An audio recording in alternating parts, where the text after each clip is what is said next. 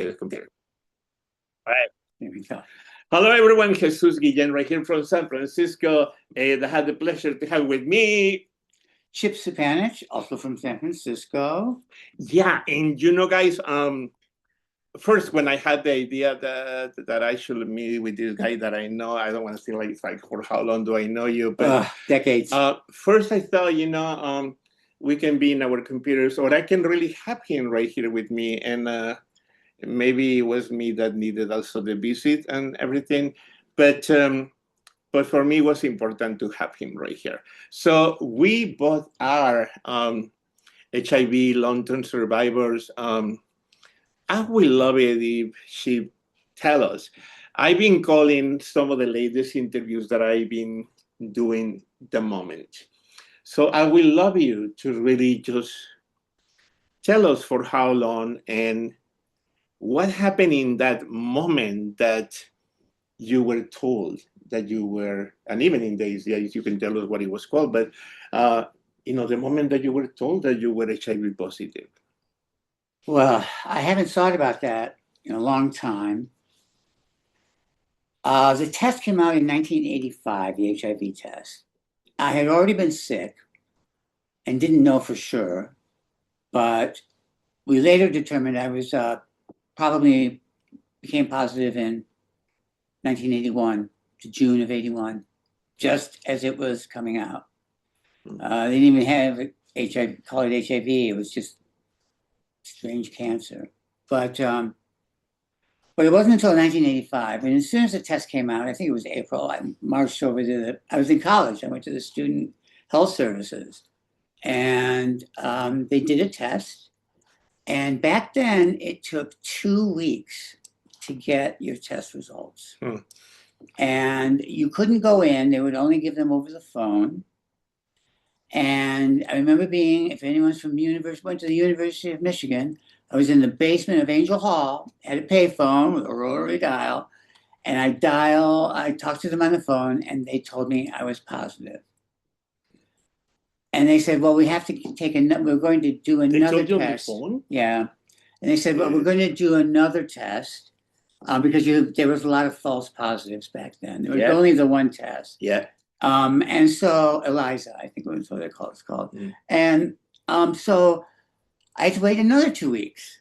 So I had to wait a full month before I got the final result. And I stared at that same phone, and they told me I was positive for sure. And I hung up the phone, I think, right away. I don't know, maybe I held the receiver and I just stared at the phone for a while. There were people passing by. It felt surreal. I felt like I receded into myself. The sounds were muffled. My vision was blurry. I felt like I'd been kicked in the stomach. I was 25, not even 25 years old. Wow. So, and I just kind of walked like a zombie for the rest of the day. I didn't feel I could tell anybody. I did go back to the health services and have a face-to-face with a doctor who told me that I had 18 months to 24 months to live, and that I should live life as fully as I can for as long as I can. And that was 41 years ago. 41 years. Honestly, I forgot, and maybe we did talk about it before, but it's exactly the same amount of time that I do have also in my in my calendar. I guess for me, it's important to remind people that it was, and you just mentioned it, a death sentence. It was the same thing for me. I was told you have a few months to live. And I don't know in your case, and also will be interesting to know from you, but I do remember that I did the test like 5 times. Oh, wow. Hoping that it will become negative. I remember doing it once, and of course, the same thing like you curiously, but in my case, it was in person. The person just came to me and just say, um, your test is positive. Just I mean, like they just to tell you just like that, without any preparation or nothing, and the next thing was that you might have a few months to live. I think I was the first person to test positive at the health services. In those health services. It was just for students. So, Oh. That early, and, it was really something on the coast. It was New York, LA, Miami, San Francisco. Even at that point, I mean, it wasn't, I was in the Midwest. No one even talked about it. I wonder, and not because you mentioned the university, with me also was by chance in the University of Los Angeles, in UCLA. I remember seeing something about that they were looking for people to try to check and this gay cancer, et cetera, et cetera. And I went there, but I just never thought that I would be one of those guys that will have it. And it's interesting, even hearing myself right now, to hearing one of those guys that will have it. And I say that because and there's nothing wrong with it, but I was not one of those guys that I was jumping from bed to bed. I was brand new in this country, so I knew exactly who I went to bed with. The problem with Mimico is that months later, the guy that I had sex with, he died. So for me, it was like a really like a confirmation that then I might die soon too. Yeah, my first boyfriend is who infected me too. He had been going to school on the East Coast, Boston and New York, but I guess the overall feeling I had then, that I said to myself was, my life is ending before it even began. And that just depressed me, and I would cry. I was living at my parents' house and commuting to school at that point and working, and I would just cry in my car, driving home in the dark so nobody could see me. Yeah. But, yeah, I had the same thing. I remember watching the first news stories that came out with patients with KS, and terribly thin and gaunt, and they were going into the hospitals in New York. And I was sitting there with my dad, and he was like, "I can't believe this." He goes, "It's unbelievable." And he said he knew I was gay, so it was like, it's like, how are people feeling? And I said, well, I think we're just as scared of this. We didn't have a name yet. Maybe it was what was it for a while? ARC, AIDS-related complex, and then it became AIDS. Grief. GERD. GERD. Gay-related immune disease. Wow. GRID. We still remember. And well, if between the two of us, we can remember it.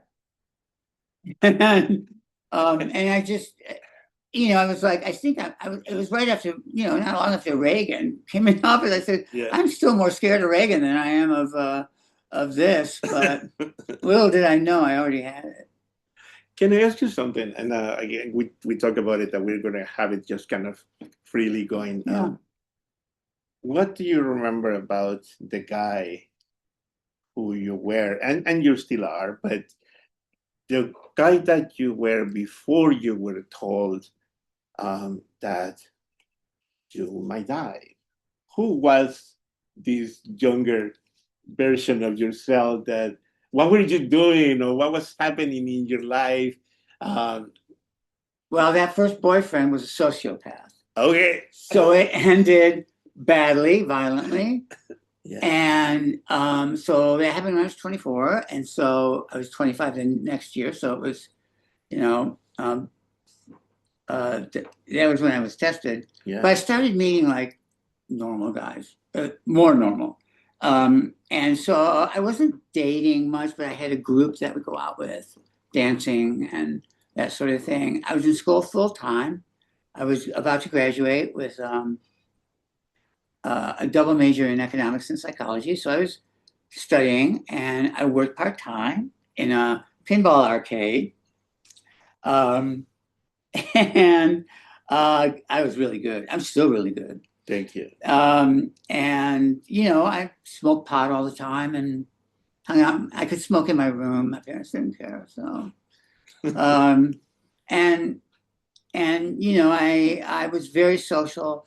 I, my roommates in college, we just always had the parties. And I didn't do a lot of travel, but in Michigan we would go camping a lot. Yeah.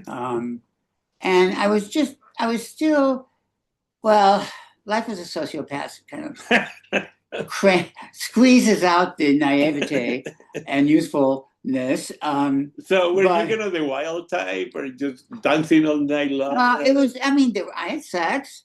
Um, John and my friend John and I would pick up a third and go to a motel. And we would always be like triple split, meaning the three of us would each pay a third of the room. But it was like code word. We'd like point at somebody, triple split. But that wasn't that often. Mostly it was just going out for a couple drinks. I would go out at like 10:30 or 11 at night when my parents were going to bed. My mother would be like, "What are you doing at this hour?" And my dad would say to her, "Don't ask questions you don't want to hear the answer to." But I was pretty. I was pretty, cheerful and Yeah. I wasn't bitter. I know that I was. It was on my mind, but not every day. It wasn't every day until later. I mean, they say that when we get this huge trauma or something really bad, we pass through different stages. Definitely, in my case, I did went through denial, I'm sure, and I didn't want to talk about it or whatever for a while. I remember this time that, I think I knew that I was positive just maybe a year or so. And I'm sorry, but, sometimes people judge very easily about the ones that didn't say immediately that they were HIV positive, and no one should judge anyone that easily because there's so many reasons why would you not say it sometimes in the moment. I remember this time that this guy we were coming out of a party, we had a few drinks, he invited me to his car, to go somewhere, and I get into his car, and the first thing that he said is, by the way, don't worry, I'm negative. Or even in Spanish, you say I'm clean. I hate that. Yeah, but those were the words that they were using. And I couldn't say anything. It took me a moment, and I really said, and believe me, that there's going to be people that they're going to judge us or judge me, no doubt. But at this point, my love, I say literally, something, I don't know. That was my answer. Because it's not only the being honest with someone, but also the accepting it yourself first. Like, it takes a while for you to understand that I might die. I have this thing that nobody even knows exactly what it is, but it's killing people. So first, I think for me it's important to say, please never judge someone so easily about someone not telling you at front that the person was HIV positive or negative. I don't know. That's my thinking. But or people withholding any personal information, especially health information or financial, or I mean, like, people will reveal things as they're comfortable, and I think that it took me 10 years to be comfortable to even tell anybody. I was living, in the Detroit area, and it was first I had shock, then denial, and then I just lived in perpetual fear and anxiety because I couldn't let anyone find out. The gay community there is not that big, and one person knows, everybody's going to know. Yeah. And I wanted to have some fun. I'd just been in a toxic relationship for 3 years. And you know, so I'm not proud of some of the things, but I'll have to tell you, in Michigan in 1985, 86, no one was using a damn condom. Nobody. You never saw one. And I wasn't going to break the silence on that. Sure. And you know, I don't want to think about what the repercussions were for people that I was with. There could have been all sorts of, yeah, I mean, I got to let that go because I don't know what happened next for them. Sure. But the other thing I wanted to mention was, what else did you say?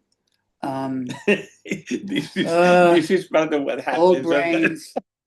Okay, wait. While he's thinking about this, I want to mention something that I think is very important.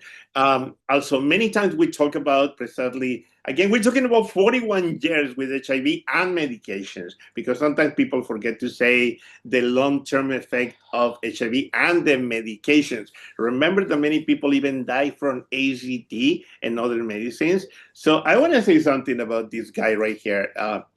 I respect him a lot. His brain, believe me, is so much advanced that some other brains that maybe haven't had any medications or the HIV and other things. I respect you a lot. I have told you that before. I respect you a lot about that. You're very smart.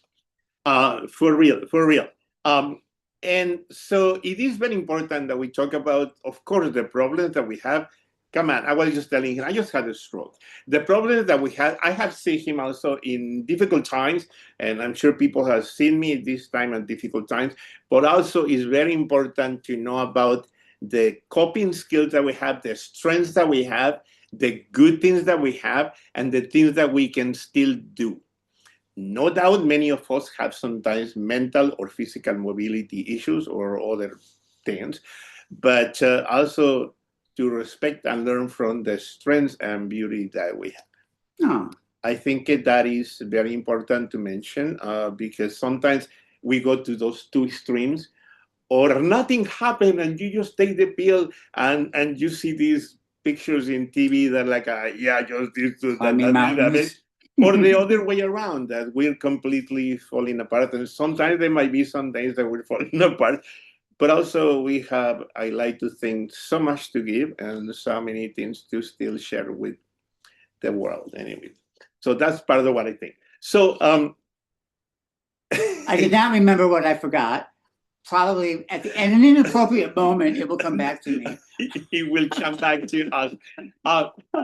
Also, I think it's very important to mention also that not because also after all these, I don't know how much I remember about that, but I do remember reading in one of those newspapers in those days, this gay virus or whatever this virus is killing all the worst of humanity. It was the homeless, the drug addicts or something like that, and the gays. That's how literally it was written in many newspapers. And I saw a little video the other day that there was the president. It was Reagan. And somebody came when he was talking to the newscasters and all these people. And somebody said, "Did you know about this virus that is killing gay people?" And they laughed.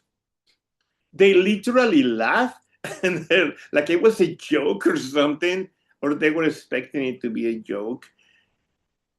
And he didn't even mention the word AIDS until like the last weeks of his 8 years in the office. And by that time, 1988, people were dropping like flies. It was the curve was just straight up. And deaths and anyway, so lots of reasons to dislike him, but that really was a big one for me. The Nancy presidency is really more like it. So I want to talk about the meds for a minute. Yeah, please. Because the first meds came out like late 80s, early 90s, Yeah. and they really sucked. They were not effective at prolonging life. Yeah. They might make it a little easier for a few weeks. Yeah. You didn't suffer quite so much, but they were toxic. And then another generation came along in the late 90s, but they were toxic. I mean, I was taking these pills. Yeah. Well, no, not that big. But like that big. And they would be, I mean, sometimes I would throw them back up, or I'd choke and spit them out. There was diarrhea, nausea, fatigue, gas, kidney stones. It was not, they did improve health, but it wasn't until the maybe early aughts that I really started to feel good when more. Really? When approximately did you say? Like when? 2001 or 2. 2001 or 2. And that's when a new class of meds came out, and then also I got on the right psych meds. Okay. Like even today in these days, it takes sometimes some time to find your right medication, the medication that is good for you. Why do you think it's important that it doesn't matter sometimes, like I tell people, how do you call us? We initially were saying HIV long-term survivors, and then it has been all this inclusion talk, and anyone, of course, you can call yourself a long-term survivor, and I respect that. But why is it important, again, that we talk about this community before this medication, like you say? And I'm going to mention a few things, and some of the reasons. KS, Kaposi sarcoma, facial waist syndrome, the hump. I forgot which other things, but your butt disappears. Thank you. One of the things exactly was a gay man's nightmare. I will go to the gym, and everybody knew immediately who was taking HCT. And I tell people, and because the only thing that we can do that, I remember really it was like pain, not like not having a little bit. It was really like pain, and we knew immediately this person is positive. We knew immediately then. And here in San Francisco, they were everywhere. It was. That was the nice thing, is when I moved here, I hadn't told hardly anyone that I was HIV positive. I moved here in 1994, and almost immediately people were so open about it. Yeah. And there was no stigma whatsoever. Yeah. And that was so refreshing, and it helped me work towards acceptance and actually eventually seeing HIV as a gift, because it changed my life in fundamental ways. And the last 30 years I've spent doing, I think, mostly good work. And I just thought that I was so grateful that I lived past those 18 to 24 months they told me I had. And later, I've told that again many times. But I was so grateful that, like, the San Francisco community held me, cared for me, gave me what I needed. And I saw a lot of people get healthy and just walk away. And I had to turn around and say, you know what? I want to help make sure that that's there for the next person. Yeah. Why do you think, even, and now we know again that you're undetectable and you're taking your medications and all those things. I mean, it is official. And even it's interesting that sometimes in all the advocacy that I do, there's still people even with HIV that they even doubt themselves that they might pass the virus to somebody else. But officially, and according to all the data and everything, I can have, and I've been telling that people, the wildest sex with you, whatever you're imagining, okay? And I cannot pass you the virus. It's called U equals U. Undetectable equals untransmittable. But why do you think that still stigma is still that, whatever it is, because I don't know sometimes what to call it. When I go to some of the dating websites and they say, they still ask you, would you date somebody that is HIV positive? And let's talk about our stray brothers and sisters, because especially many women sometimes that I have wonderful friends also, they immediately sometimes they get rejected, even knowing this data. What is your take on that, Mijo? What do you think is still we go through that, many of us? Um, I don't know. The prejudice has stayed. It's like internalized homophobia. Gay men just have an aversion. Older ones, younger ones hardly know what it is. Yeah. I'm sorry. We Let me lived, laugh it. we lived through the horror years, and people our age just can't forget. You can't erase that.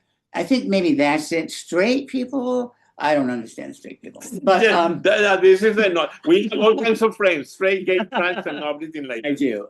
Most of my friends are straight. Actually, gay men are bitches. But I might want to cut. But that. yeah, we can do that. But I mean, honestly, like sometimes I don't understand why even that's still happening. But you mentioned also something very, very important. It's not that we want a special place at the table because we were there. It was our lives. Sometimes someone, this amazing friend of mine, she told me, I admire you for all things that you're doing, and then I realized you're just living your life. And I think many times it is true, surviving or thriving or whatever you call yourself, because you have the right to call any way you want. We are living our life. I'm living my life. I'm trying to enjoy as much as I can everything, but also I think we are worth it to be loved, to have a date, or if we want to, certainly, or to have sex. Because sometimes also, and this goes to many people with any health issue, for whatever reason, sometimes people think that you have schizophrenia or you're paralyzed or you're something like we don't have sex or we don't have the right to be sexy or anything like that. And I'm sorry, we do have sex. Even if I am, I'll leave myself, I would say my age, I'm a 66-year-old man by now. And it is okay to have fun. And it has been known that people have sex in the senior centers and the senior places. We may not look sexy to you, but we look sexy to somebody. Another thing I wanted to mention really quickly. Yeah. Please, in the 90s, like I was telling my family because I was getting sick. Yeah. And I figured I'd be the first to die. Yeah. I might be the last in my family to die. I've already lost my parents and my sister. My brother, one brother is 10 years older, and the other one's morbidly obese. I could be the last one. And that it just blows my mind that I mean, we're going to live normal lifespans. At this point, it's always a crapshoot, but we made it to 65, and I never thought I'd make it to 30 or 40 or 50. Yeah. And that just makes me it fills me with gratitude and appreciation for the miraculous human body and how it can, when it works well, it's amazing. I'm resilient and I just want you to hear that you say when it works well. Yeah. No, because I mean, in many different ways, it's always about that, right? So, and anyone that gets to 65 is a survivor. At this point, I think so. But we have that added weight of grief, multiple loss, compounded loss, and the fear and anxiety and depression that can be treated but can't be erased. Yeah, and I mean, I don't want to also take much of his time also, and also because once again, believe me, I'm talking, but I feel in my voice kind of slowing down because a stroke kind of, for real, a few weeks ago, I couldn't talk and I couldn't move. So he's lying. It's 7:30 and it's his bedtime. So I just wanted to, I guess, to close a little bit these with a few things, but first that the AIDS pandemic did happen, and like she was saying right here. I'm sorry about my accent, by the way. Every time that I say his name, I'm trying to really say it without my accent, and I say sheep, sheep, sheep, and that's just me with my accent because I always do. I used to work in a restaurant, and I was a waiter, and the Mexican chefs would call me Chipotle. So it is important to say that, right? That many of us, and that's what for me also has been important to keep in, going to groups and everything, and consults and agencies and all those things. No doubt that especially in the mental health area, um, PTSD, anxiety, survivor's guilt, many of these things are present, not because you see us laugh in a moment or something, it means that those things are completely away. It's difficult not to remember for real. I remember my friend that I had sex with, that he was a beautiful human being, an actor, and a beautiful person. And many of them gone. So I guess it's important, like you say, and they don't have to, I guess, all the younger generations. But like somebody said, But they're standing on our shoulders. yeah, and somebody said, and I really believe it, it is the Holocaust of the LGBTQ community. Even many of the people that they are not positive, that they are HIV negative, women and men, and many of the lesbian community and trans community, if they were there, they experience all that losing of people, but also many of us had been very close to dying a few times, and the PTSD and the anxiety and depression and all those different things. But I'm not scared of death. Are you scared of death? Yeah, it's a weird. That's a weird question. I always thought that I wasn't. I don't know anymore. I think in Mexicans we cannot dance with that. It's kind of a funny thing in many different ways. It's a different concept. It's not a horror story. But anyway, I do want to say from my part always thank you to everyone that has helped me to stay here in this journey. If I gonna die tomorrow or in 10 years, or 15 years, that will see. But I'm 66. Come on, what else do I want? I look at this is like already a lot. But I don't know if there's anything else that you really think it will be good to say or important to say, people. The story of AIDS is a story of communities pulling together. Yeah. Nobody gets through this alone. Yeah. And he mentioned lesbians and sisters of perpetual indulgence, and the trans community, and the drag community, but also straight people who just saw the suffering and came in, and they were the caregivers. The nurses. Oh God! Well, the hospital was just like Shanti was just full of straight and gay people who were caretakers, and a woman founded this huge Project Open Hands. An old straight woman in her 60s. Yeah. And the city just kind of rose to the occasion. And that's an incredible story of human compassion and taking action. Yeah. And I guess we should leave you with that. If anyone wants to also, if it's okay with you, of course, I will put his contact information because please. Sometimes people want some of us to talk about it in any of these places. But thank you, everyone. And we are here in San Francisco. Honestly, from my part, I would say lucky to be in this city. It's almost election time, guys. So let's vote, make a difference. And this is going to be, of course, it's a recording, going to be recorded, but we will put the information for all of you. Thank you. And then I will edit this part and stop recording. I think this is where you go.